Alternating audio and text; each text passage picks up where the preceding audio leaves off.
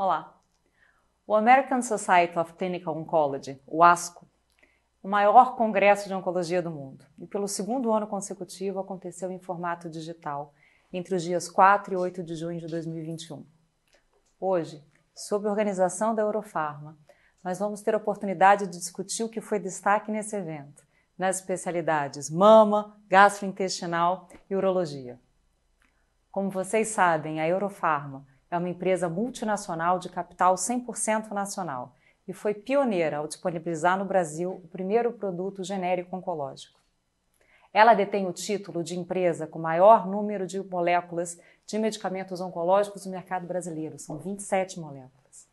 Inovação e acesso são os pilares da Eurofarma e, por isso, tanto orgulho nesse papo de hoje. Orgulho em poder discutir com essas três personalidades da área de saúde, três oncologistas clínicos renomados que hoje vão nos acompanhar.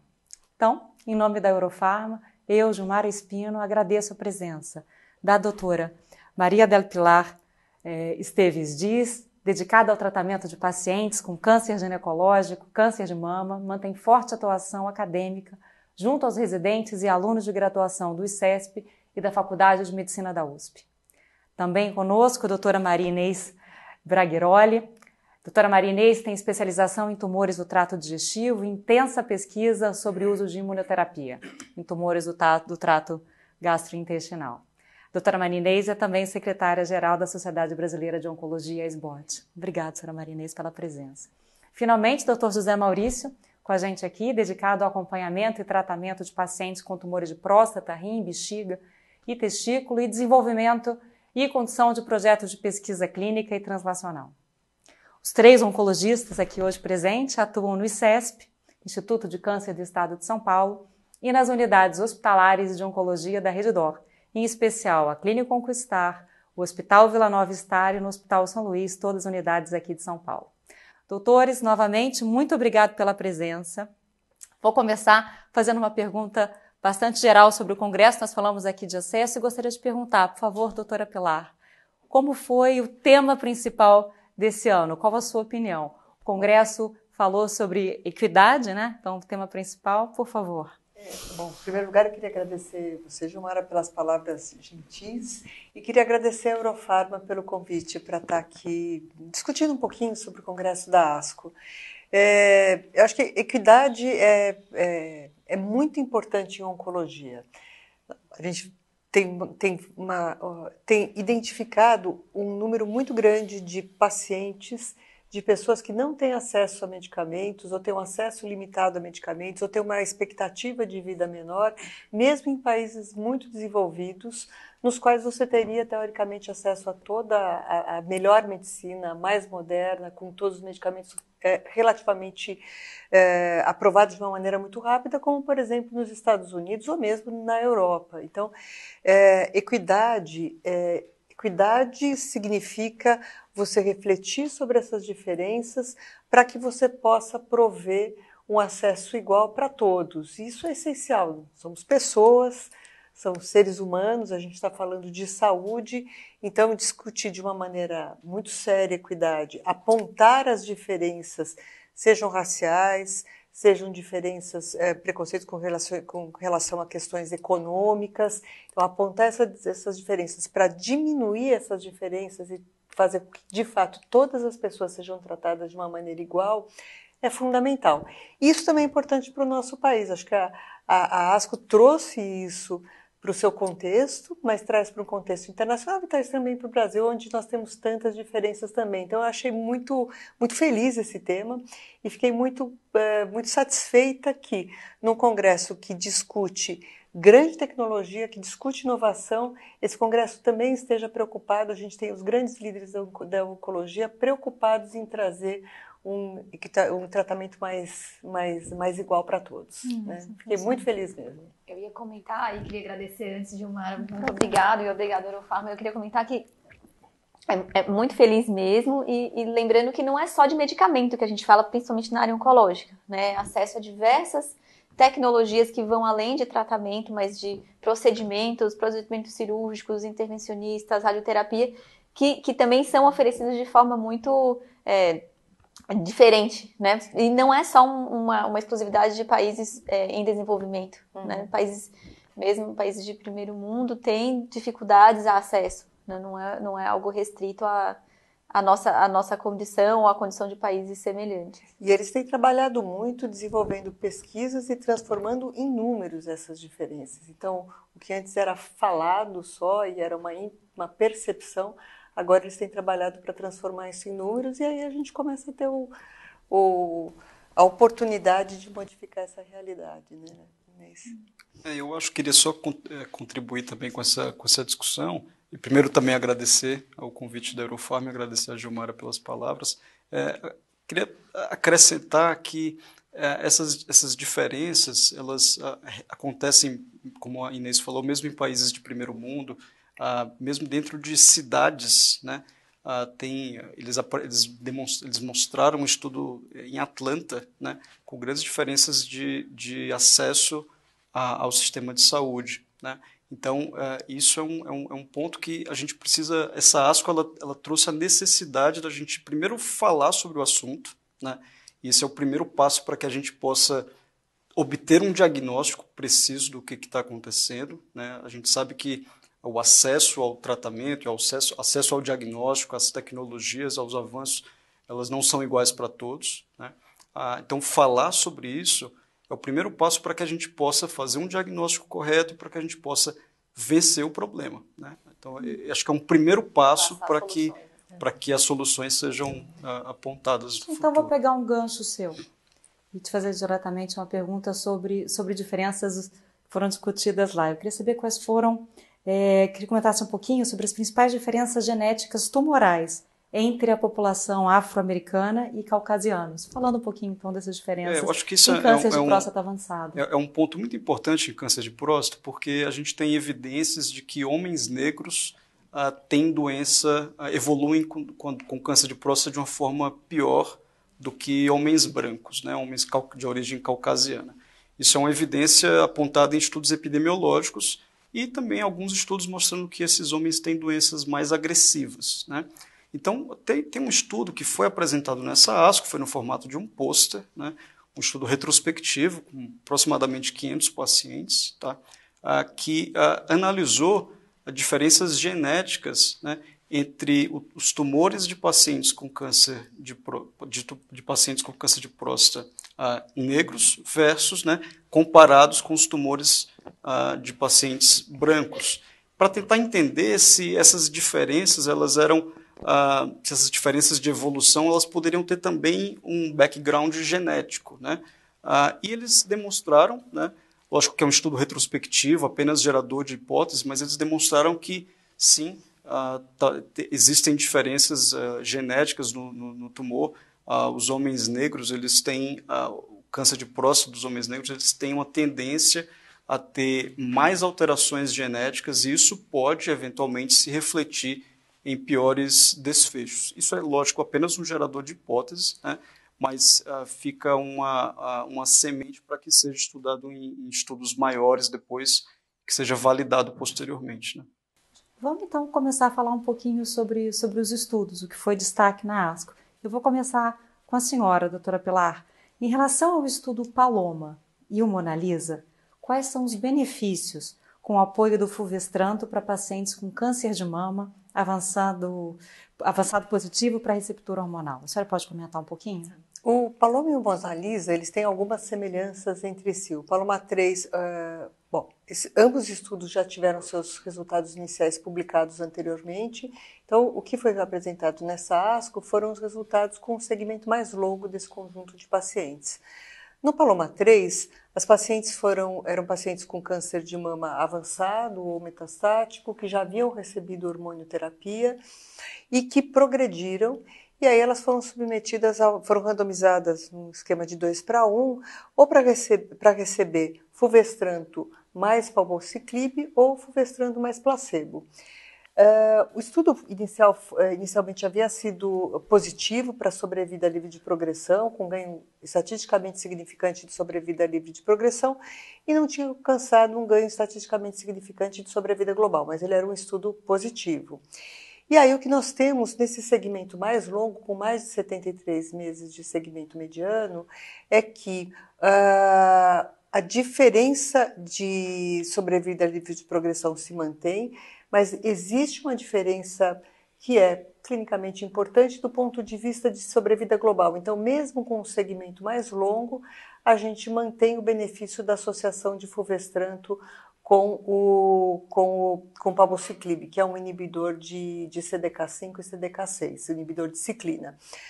Isso traz uma vantagem quando você usa esse tipo de estratégia. Você posterga um pouco, vai postergar a quimioterapia sistêmica com uma toxicidade menor. Então, essa é uma questão importante. O estudo foi mais positivo naquelas pacientes que são realmente muito hormônio sensíveis, quer dizer, aquelas pacientes que progrediram com mais de 2 anos na hormonioterapia prévia. Então, acho que essa é uma questão que a gente tem que ter sempre atenção quando indica esse tipo de estratégia, que a gente tem que trabalhar com pacientes que sejam verdadeiramente hormônio sensíveis. O MONALISA, ele também é um estudo de fase 3, randomizado, que ele vai usar também o fulvestrando e ele vai utilizar outro inibidor de CDK, que é o ribociclib. Também em pacientes que progrediram após a hormonioterapia, e o MONALISA, ele já tinha sido um estudo com ganho de sobrevida global na sua análise inicial. Nessa análise estendida, com um tempo maior de segmento, a gente continua com um ganho de sobrevida livre de progressão e de sobrevida global. E estão assim, reforçando que essas pacientes mantêm o seu benefício de longo prazo. Então, a extensão do tempo de segmento manteve o benefício nesse conjunto de pacientes.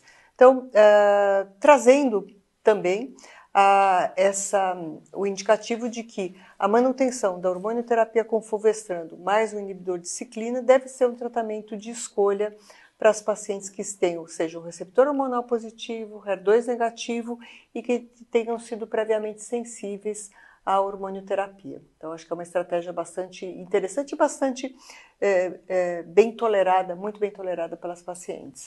Perfeito, muito obrigada. Doutora Marinês, uma pergunta para a senhora. O FOLFIRI com o cetuximab modificado mostrou ser claramente superior ao FOLFIRI com bevacizumab. Obrigada. Modificado com olha, tá precisando da sua ajuda hoje. DPA significativamente maior no tratamento da primeira linha do câncer coloretal metastático do tipo selvagem raiz.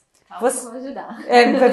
Preciso que me ajude, que comente a respeito. Preciso das duas coisas, por favor.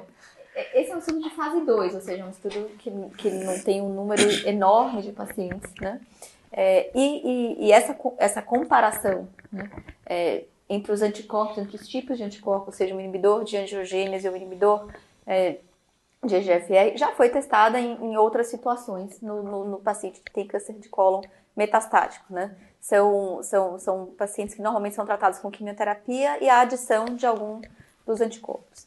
Então, necessariamente é uma situação que já foi eventualmente testada, mas aqui, né, é uma comparação com um desfecho um pouco específico. Então, o que você falou, a profundidade de resposta, o quão grande ou quão profunda foi a resposta desses pacientes, né? Nessa comparação, e esse foi o desfecho desse trabalho, né, quem utilizou o anti-EGFR, então o cetuximab comparado a químio, teve uma profundidade de resposta superior.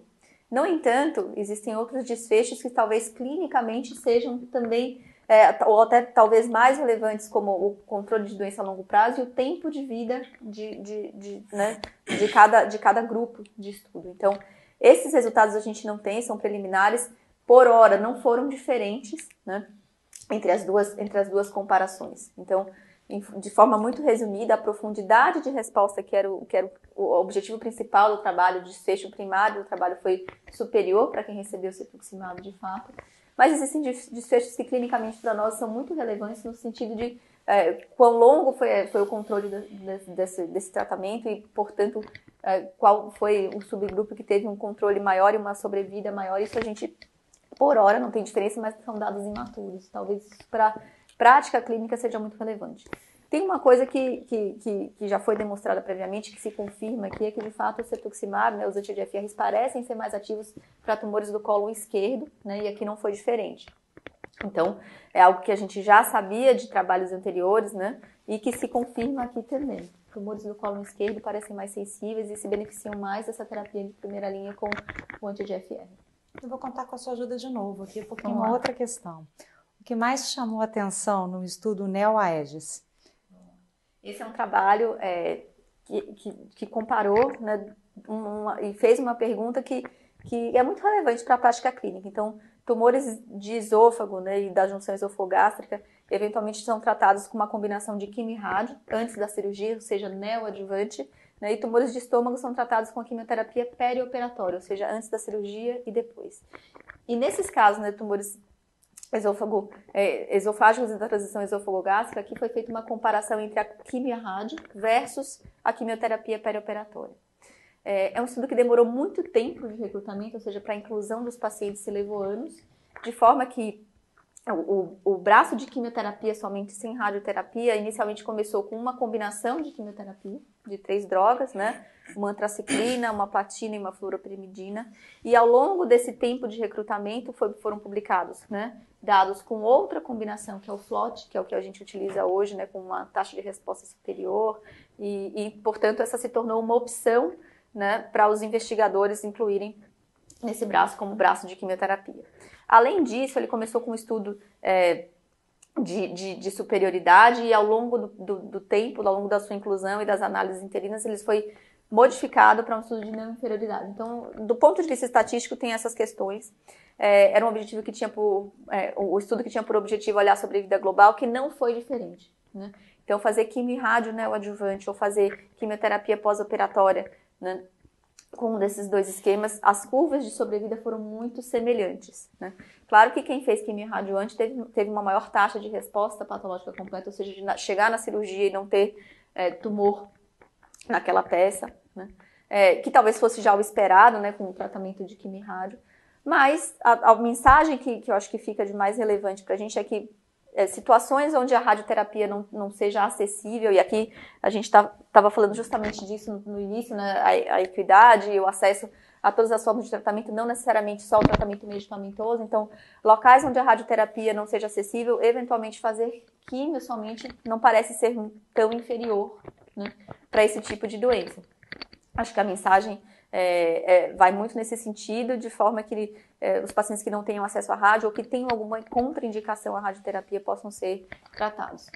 Existem outras discussões em termos do que se faz depois. Hoje, provavelmente, vai ser incorporado a imuno para os pacientes que fizeram rádio antes. Então, há muito o que se discutir nesse sentido, mas acho que a mensagem principal é essa. Perfeito, muito obrigada. Doutor José Maurício, quais foram os principais resultados do estudo de fase 3 PEACE-1 em pacientes com câncer de próstata metastático, de novo, sensíveis à castração?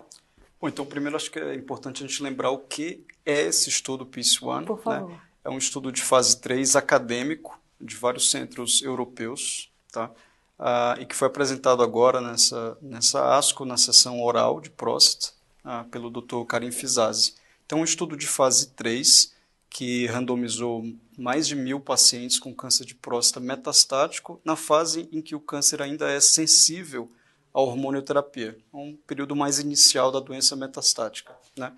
E esse estudo tinha por pergunta, né, tentar responder se a intensificação do tratamento com a abiraterona mais a docetaxel, né, se teria alguma vantagem sobre os pacientes que faziam só o tratamento padrão, que seria também com a terapia hormonal pura mais o docetaxel, né? Então, esse estudo ele era composto de 4 braços, né? Os pacientes eles eram randomizados para 4 modalidades diferentes de tratamento, que poderia ser a terapia de privação androgênica, que a gente chama de TPA, né? Mais ou menos docetaxel de acordo com a critério do investigador, né? O outro braço, que isso era o tratamento padrão, tá? O outro braço seria esse mesmo tratamento de TPA, mais ou menos docetaxel a critério do investigador, mais abiraterona, tá? O outro braço era o braço A mais radioterapia ou o braço B mais radioterapia, né? Do primário, do tumor primário, do câncer de próstata primário em loco que não havia sido tratado. Então, esse estudo, o principal resultado, né, na verdade são 2 desfechos primários, coprimários, sobrevida global e sobrevida livre de progressão radiográfica, e nessa ASCO eles apresentaram os primeiros resultados da sobrevida livre de progressão radiográfica, mostrando uma diferença, uma vantagem em se fazer o tratamento combinado de TPA, que é a terapia de privação androgênica, mais ou menos docetaxel, mais abiraterona, versus, né, quando comparado com os pacientes que fizeram esse mesmo tratamento sem a abiraterona, né? Então, eles conseguiram demonstrar um ganho de sobrevida livre de progressão radiográfica, mas ainda os dados de sobrevida global ainda imaturos, eles não foram reportados e são bastante aguardados. Além do PEACE-1, tem algum outro estudo que tenha te chamado a atenção durante esse ASCO 2021? Eu acho que a gente tem a obrigação de chamar a atenção de pelo menos 2 estudos em oncologia geniturinária, que foram apresentados na plenária, né, que é a sessão mais importante do Congresso. O primeiro estudo, o estudo de fase 3, chamado VISION, né, um estudo que avaliou pacientes com câncer de próstata metastático já numa fase mais tardia da doença, que a gente chama de resistente à hormonioterapia, e pacientes que já haviam sido tratados com pelo menos uma linha hormonal, que poderia ser a abiraterona ou enzalutamida, mais pelo menos uma linha de quimioterapia baseada em taxanos. Então, esses pacientes eles eram randomizados para um grupo controle, que era o tratamento padrão, o melhor tratamento de suporte, que não poderia ser quimioterapia e não poderia ser nenhum radiofármaco, versus o grupo experimental, que era esse mesmo tratamento, melhor tratamento de suporte, mais lutécio PSMA, né? É um tratamento bastante inovador e esse é o primeiro estudo de fase 3 que mostra uma vantagem bem clara em termos de sobrevida global, inclusive, né? Ou seja, uma redução do risco de morrer enquanto os pacientes estão no estudo, né? Da ordem de 38%, né? Para os pacientes que fizeram o uso de lutécio, para os pacientes que foram alocados nesse grupo, né, de lutécio PSMA. Então, isso foi um importante avanço e esse tratamento, apesar de ele já estar disponível no Brasil, né, mas nos Estados Unidos envolve questões regulatórias e provavelmente ele deva ser aprovado com base nesse estudo, né, esperando apenas a publicação. Tá? Um outro estudo importante, que também foi plenária da ASCO, né, em oncologia geniturinária, foi o estudo Keynote 564, estudo que incluiu pacientes com câncer de rim, do tipo células claras, e que tinham pelo menos um risco intermediário ou alto de recorrência. Né? Não vou entrar nos detalhes desse risco, mas tinham riscos para que o paciente tivesse mais chance de recorrer. Então, esses pacientes eles eram randomizados para 2 grupos, um controle que continha placebo ou um grupo experimental que continha imunoterapia com pembrolizumab. Então, esse estudo ele foi positivo para o seu desfecho primário, que era sobrevida livre de doença, né? Entretanto, apesar de ser um estudo positivo, a gente ainda não tem certeza se esse estudo vai dar suporte à adoção desse tratamento à prática clínica, uma vez que ainda a gente não tem dados comprovando ganhos em sobrevida global, né, da adição desse tratamento em pacientes com câncer renal. Muito obrigada. Eu vou aproveitar e também vou querer ouvir da senhora, doutora Pilar, quais são os estudos que te chamaram a atenção, mas em especial, eu gostaria que a senhora antes comentasse um que comparou os desfechos do tratamento com quimioterapia durante a gestação versus uma população controle não grávida, né? Esse é um estudo bastante interessante, na verdade é um levantamento retrospectivo, é um grande banco de dados que a ESGO coordena, por assim dizer. Então, essa é uma pergunta importante, é seguro fazer quimioterapia na gestação? Qual é o desfecho dessas mulheres durante a gestação? Nesse levantamento, eles avaliaram mais de 2.700 mulheres que tiveram diagnóstico de câncer de mama durante a gestação, e o controle foram perto de 2.000 mulheres não grávidas. E aí foi visto, basicamente, se havia diferença em termos de sobrevida global e sobrevida livre de progressão quando nós comparamos esse grupo de grávidas quanto de não grávidas. Bom, 60% dessas grávidas receberam quimioterapia durante a gestação. Isso tem muito a ver com o momento da gestação, porque você vai fazer quimioterapia depois da 12ª semana e tem que ter uma certa distância do parto. Então, isso justifica até porque que nem todas as grávidas receberam quimioterapia. A maior parte dessas mulheres diagnosticou o câncer de mama no estadio 2. A maior parte eram tumores que eram receptor hormonal negativo ou triplo negativo, então tumores com prognóstico até um pouco mais agressivo, mas muito característico dessa população mais jovem. E a idade gestacional mediana para fazer do diagnóstico foi por volta da 17ª semana de gestação. E não houve diferença nenhuma em termos de sobrevida global e sobrevida livre de progressão quando você compara o grupo de gestantes com o grupo de não gestantes com características do tumor semelhantes.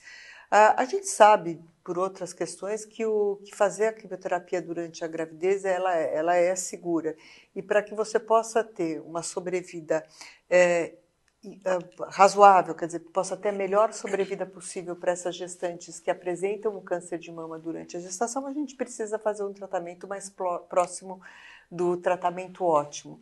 Então, acho que esse estudo acaba trazendo para a gente essa questão de que quando essas mulheres são adequadamente tratadas, a gente consegue ter uma expectativa de vida para elas que seja semelhante à condição de não grávidas. Então, isso é muito importante. Acho que é importante fazer o diagnóstico durante a gestação e é importante encaminhar para um centro de oncologia para que você, junto com o obstetra que acompanha essa gestante, possa fazer um tratamento seguro e completo o mais completo possível durante a gestação. Então, acho que ele vem trazer essa discussão aí.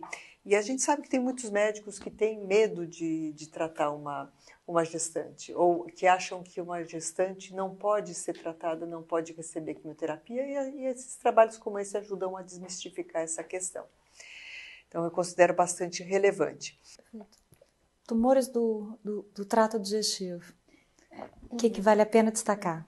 Esse ano, nós não tínhamos nenhum trabalho de tumores gastrointestinais na plenária, né, que é a sessão mais importante da ASCO, no caso que selecionou os trabalhos que foram, né, se julgou que fossem mais relevantes, mas dentre os trabalhos em tumores gastrointestinais, nós vimos uma consolidação da imunoterapia nesse cenário. Então, atualizações, né, de estudos prévios e a apresentação de trabalhos mostrando, né, de fato o papel de imunoterapia com ou sem químio nos tumores esofágicos, principalmente 2 estudos com tumores do tipo escamosos no esôfago e compararam, né, no seu primeiro tratamento dos pacientes a químio com imunoterapia, né, um estudo completamente asiático, um outro estudo multicêntrico, né, mostrando esse mesmo papel.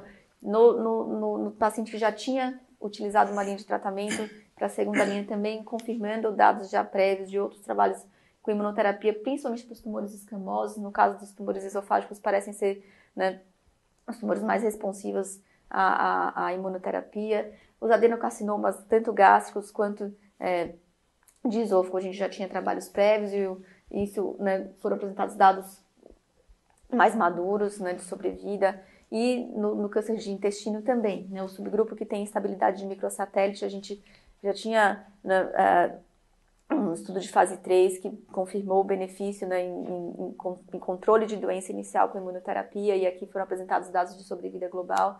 Então, tanto a combinação de imune, acho que a gente vai tentar e vai seguir vendo, né, essas combinações se consolidando cada vez mais, para pacientes com câncer gástrico que hiperexpressavam HER2, né? Nós tínhamos uma análise interina, então não foi um resultado final de um estudo combinando quimioterapia com trastuzumab, que é o tratamento padrão para mulheres que têm, ou para homens e mulheres que têm hiperexpressão do HER2 com câncer gástrico, combinado a imunoterapia e uma taxa de resposta altíssima, maior que 70%. Então, acho que a gente vai cada vez mais incorporar e entender diversas combinações diferentes aqui no trato digestivo para diferentes tipos de tumores também. Doutora Maria Inês, doutora Pilar, doutor José Maurício, eu quero agradecer, depois de uma semana cheia como foi a ASCO, vocês acompanhando todo o evento, a generosidade dos três em compartilhar aquilo que foi destaque. No vídeo que eu não tenho curtinho, mas que acaba dividindo e compartilhando todo esse conhecimento. E fortemente quero agradecer o apoio institucional da Eurofarma a essa discussão. A todos, muito obrigada. Muito obrigada.